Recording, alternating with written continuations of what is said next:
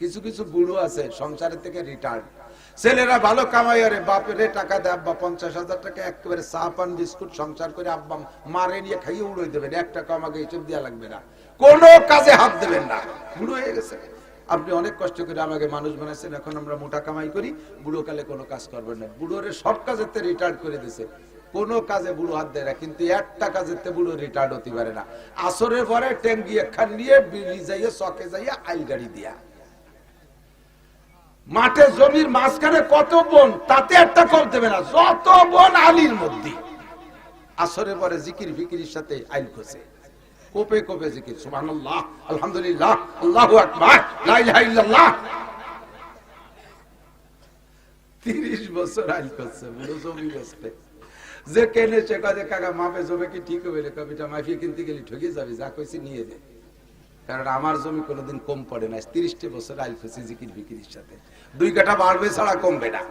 মানজালামা শিবরাম মিনাল আরদ, নবী পাক বলেন যদি পরের জমি আধা হাত পরিমাণ জুলুম করে খাও, এইটা হারাম খাইছো, তুবিকাহু ইয়াউমাল কিয়ামাতে সাবউহার দিন, ওর গলায় কিয়ামতের ময়দানে 7টা জমিনে আংটা লাগাইয়া গাঁট ঠাইসে ধরে কুজুইরে গলায় বাঁধি দিয়ে ফেরেশতারা পিছনে 14 মনে গুরজু নিয়ে দাঁড়াইয়া মাজার আইল মাসাল ভাঙ্গি ফেলাই দেবে, পিটাইয়া কোমরে তুলে বাড়ি দেবে, আর কবে সুজা বুড়ো জমি খা, যে আসরের পরে পোচা জমি দিছি তোরে, জন্মের খা খা, হারাম ভাবে কামাই করে ফসল হারাম, সবকিছু হারাম। এর কারণে দোয়া কবুল হয় না, দোয়া কবুল হয় না। মাল সম্পর্কে জিজ্ঞাসা আল্লাহর কাছে হতে হবে কিনা, কথা বলেন, জিজ্ঞাসিত হতে হবে।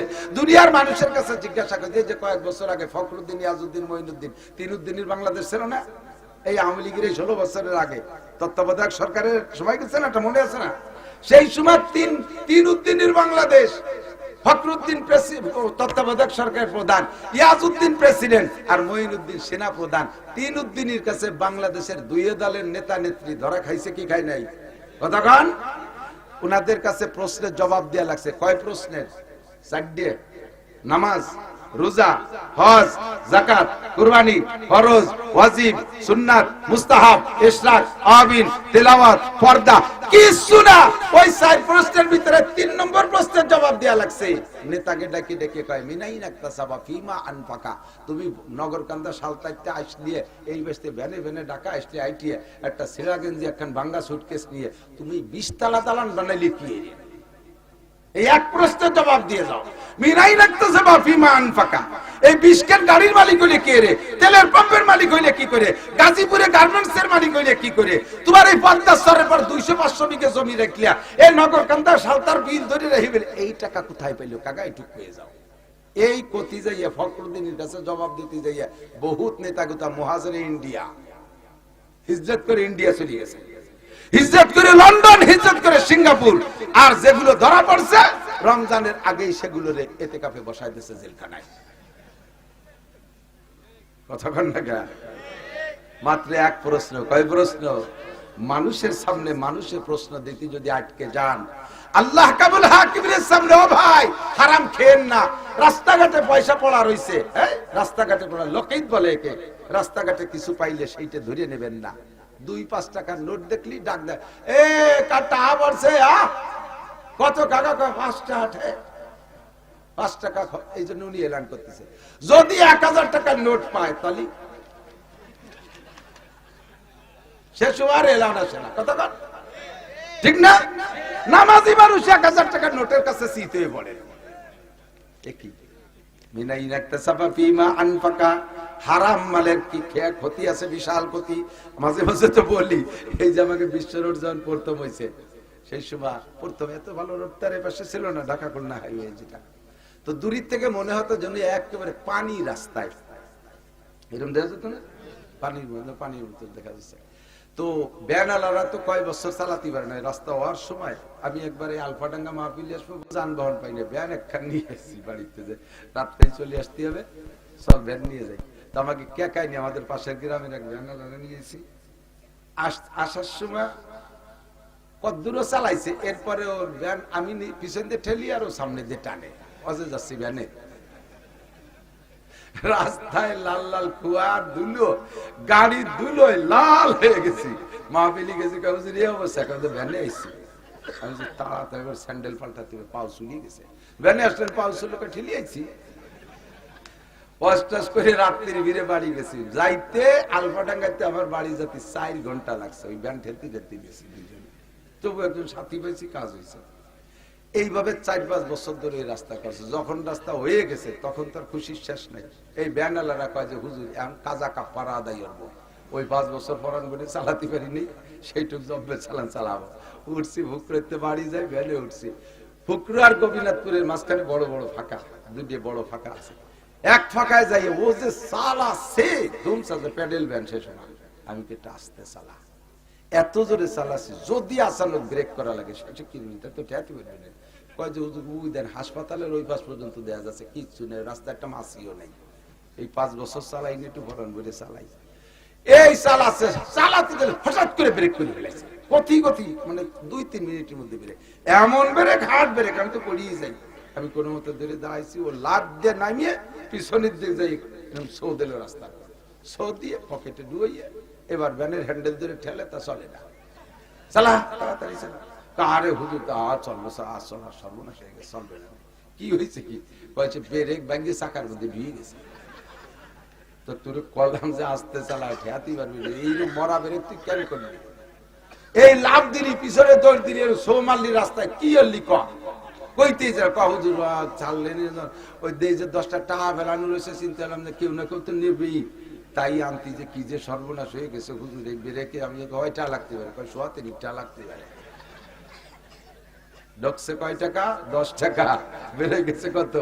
বিকেলে আরো 100 টাকা ইনকাম বন্ধ।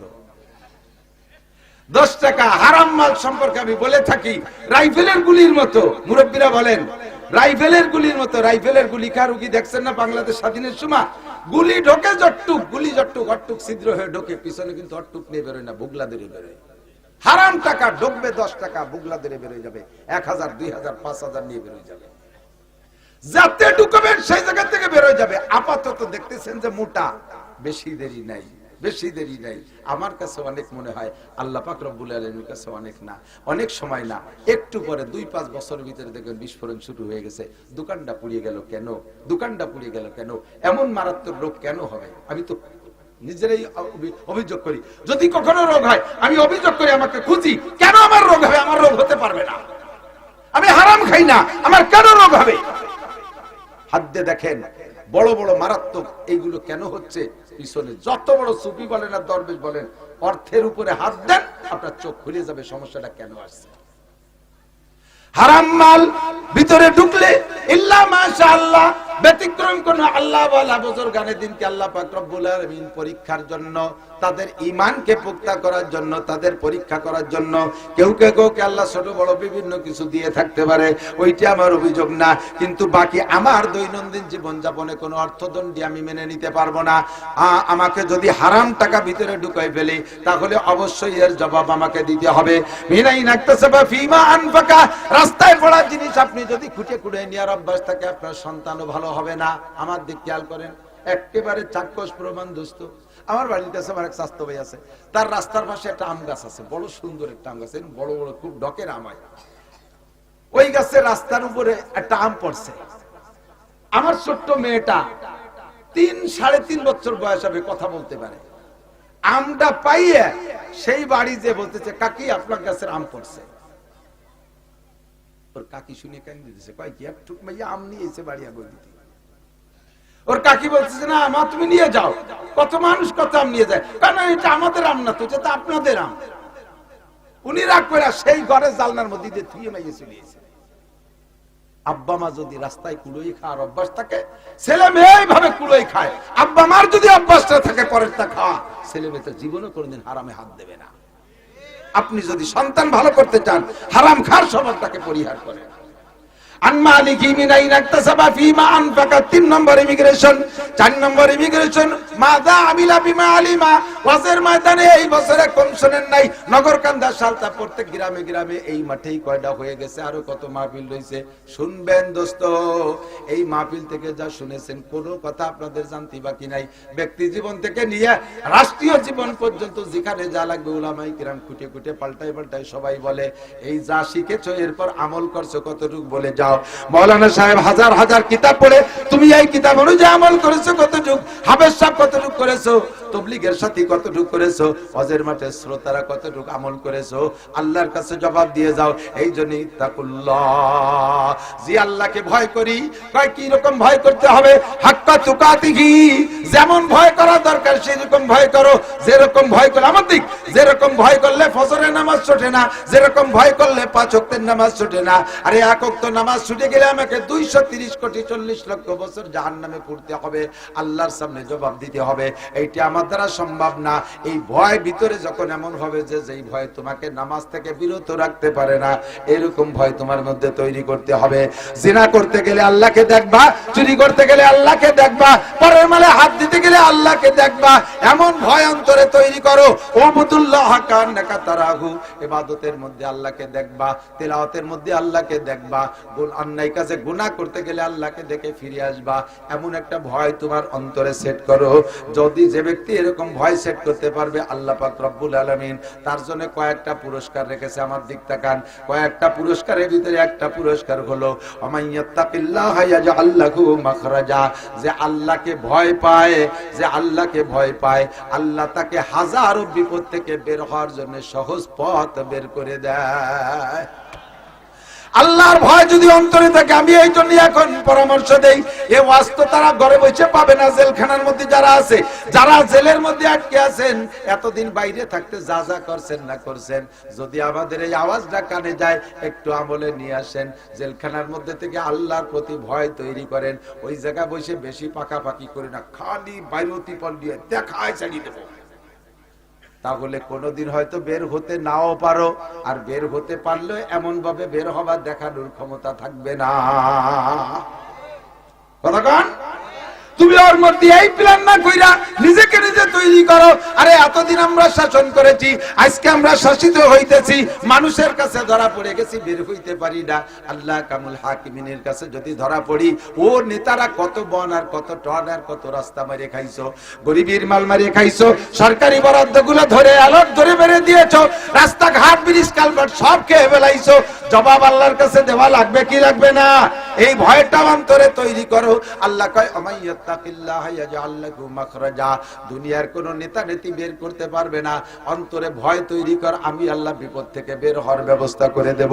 ওয়ায়ারযুকহু মিন হাইসু লা ইয়াহতাসিব, তাকওয়ার 2 নম্বর পুরস্কার হলো ওয়ায়ারযুকহু মিন হাইসু লা ইয়াহতাসিব, ধারণার বাহির স্থান থেকে আল্লাহ মোটা রুজির হালাল ব্যবস্থা তৈরি করে দিবে। আল্লাহ আমার দিক তাকান, ইউসুফ নবী আলাইহিস সালাতু ওয়াস সালামের তাকওয়া বলবো। ঘরের মধ্যে আটকাইছে জুলাইখা, ছোটবেলা থেকে পালিয়ে পুষে বড় করছে। জুলাইখারে এ ব্যাপারে বিলকুল অভিযোগ করা উচিত না, কারণ এই মানুষটার কাছে এনিমের এভরিবডি দুর্বল। উনি ছোটবেলায় মা মারা গেছে, উনার ফুফু, আপন ফুফু উনারে নিয়ে পালতো। সেই ফুফু ভাতিজাকে এমন ভালোবেসে বেলাইছে, তার চেহারা, তার চাল চলন গুণে। বয়স যখন হয়েছে বাপের কাছে দিতে হবে, সেই সময় ইয়াকুব আলাইহিস সালাম বলতেছে, বোন আমার ছেলেটারে দে। ফুফু কয় না ভাই দিতে পারবো না, ওরে দিলে আমি বাঁচবো না। ফুফুর সাথে ভাতিজার কোনো খারাপ সম্পর্ক না, কিন্তু এমন চেহারা, এমন ভালোবাসা তৈরি হয়েছে, ছাড়তি রাজি না। তো ওই সময় এদিকে বাপে তো নিয়ে আসতে হবে, ছেলের লেখাপড়া শিখতে হবে। বাপ তো নবী, ছেলে তো মূর্খ রাখা যাবে না, নিয়ে আসতে হবে। বাপের বাড়ি না আসলে লেখাপড়া করবে কিভাবে? তা আনার জন্য বারবার পিড়ে পিড়ি করতেছে, ফুফু তারে দেবে না। ফুফু এই ভাতিজাকে রাখার জন্য কৌশল আসছে। ওই সময় বিচার ব্যবস্থা ছিল, চোরে যদি কোনো মাল চুরি করে আর ওই চোরের কাছে ওই মাল পাওয়া যায়, তাহলে তার বিচার হলো মালের মালিকরে চোরটা দিয়ে দিতে হবে। যাও তোমার রেডি দিয়ে দিলাম, তুমি কাজে লাগাও। এখন ইয়াকুব আলাইহিস সালাম ছেলে চাইতেছে, বোনটা দেবে না, ফুফুতা ভাতিজাকে আসতে দেবে না। যখন বাপে জোর করছে আনবই, তখন ফুফুতে করছে কি যে ঠিক আছে তাই যাও, তোমার ছেলে তুমি নিয়ে গেলাম, যেতে পারো না। ব্যাগের মধ্যে উনার স্বর্ণের একটা পিয়ালা ছিল, তাই ঢুয়ে দিছে। কোন ফাঁকে ঢুকে দিছে পোলাপান মানুষ টের পাইনি। বাড়ি চলে আসার পরে কইছে, ভাই দাদি তোমার সালের ব্যাগের মধ্যে আমার সোনার পেয়ালা নিয়ে গেছে নাকি? আমার সে সোনার পেয়ালা পাচ্ছি না, তালাশ করে খুঁজে দাও দিয়ে এনেছে নাকি? ব্যাগ খুলে দেয় যে সে সোনার পেয়ালা ওর ব্যাগের মধ্যে। কয় যে তাহলে শরীয়তে যে বিচার আছে, এই দেশের বিচার অনুযায়ী তোমার ছেলের আমার বাড়ি দিতে হবে। শুধু ভাতিজারে ভালোবেসে এই কৌশল তৈরি করছে। লাস্টে যে একটা কথা আছে, হযরত ইউসুফ আলাইহিস সালামকে জুলাইখা তো এই ঝামেলা ফেলাইছে, তারপরে বাপে ভালোবাসছে বিদায় উনারে কুয়োর মধ্যে ফেলাইছে, জেলখানায় রাখছে। জেলখানার কয়েদিরা উনার পরে এমন আশেক হয়ে গেছে তা তোর বলার না। লাস্টে যুবকরা, জেলখানার যুবকরা শুকায়, ভাই আপনার সাথে দোস্ত পাঠাবো, আপনার সাথে বন্ধুত্বতা করবো। উনি কয় তোকে পায়ে ধরি, আমার আর কেউ ভালোবাসিস নে, আমার আর কেউ ভালোবাসিস নে। আমার 3 বার 3 জনে ভালোবাসে, 3 বিপদে ফেলাইছে। ফুবু প্রথম ভালোবাসছে, আমার চোর বানাইছে। আব্বা ভালোবাসার কারণে ভাইরা কুয়োর মধ্যে ফেলাইছে। জুলাইখা ভালোবাসার কারণে জেলে আইছি। ফিরে তোরা ভালোবাসতে আমার ফাঁসি হয়ে যাবে না, আর কেউ ভালোবাসিস নে পারে, আমার ভালোবাসার দরকার। তো জুলাইখা ওনার কাছে সত্যি দুর্বল। যখন মিশরের মেয়েরা অপবাদ দিয়েছে জুলাইখা, তুমি আজিজে মিসর হইয়া, মিশরের আজিজে মিসরের স্ত্রী হইয়া, মিশরের প্রেসিডেন্টের বউ হইয়া একটা বাড়ির গোলাম ছেলের সাথে এই কাম কেন করতে গেলে? তোমার মতো চরিত্রহীন হয় না।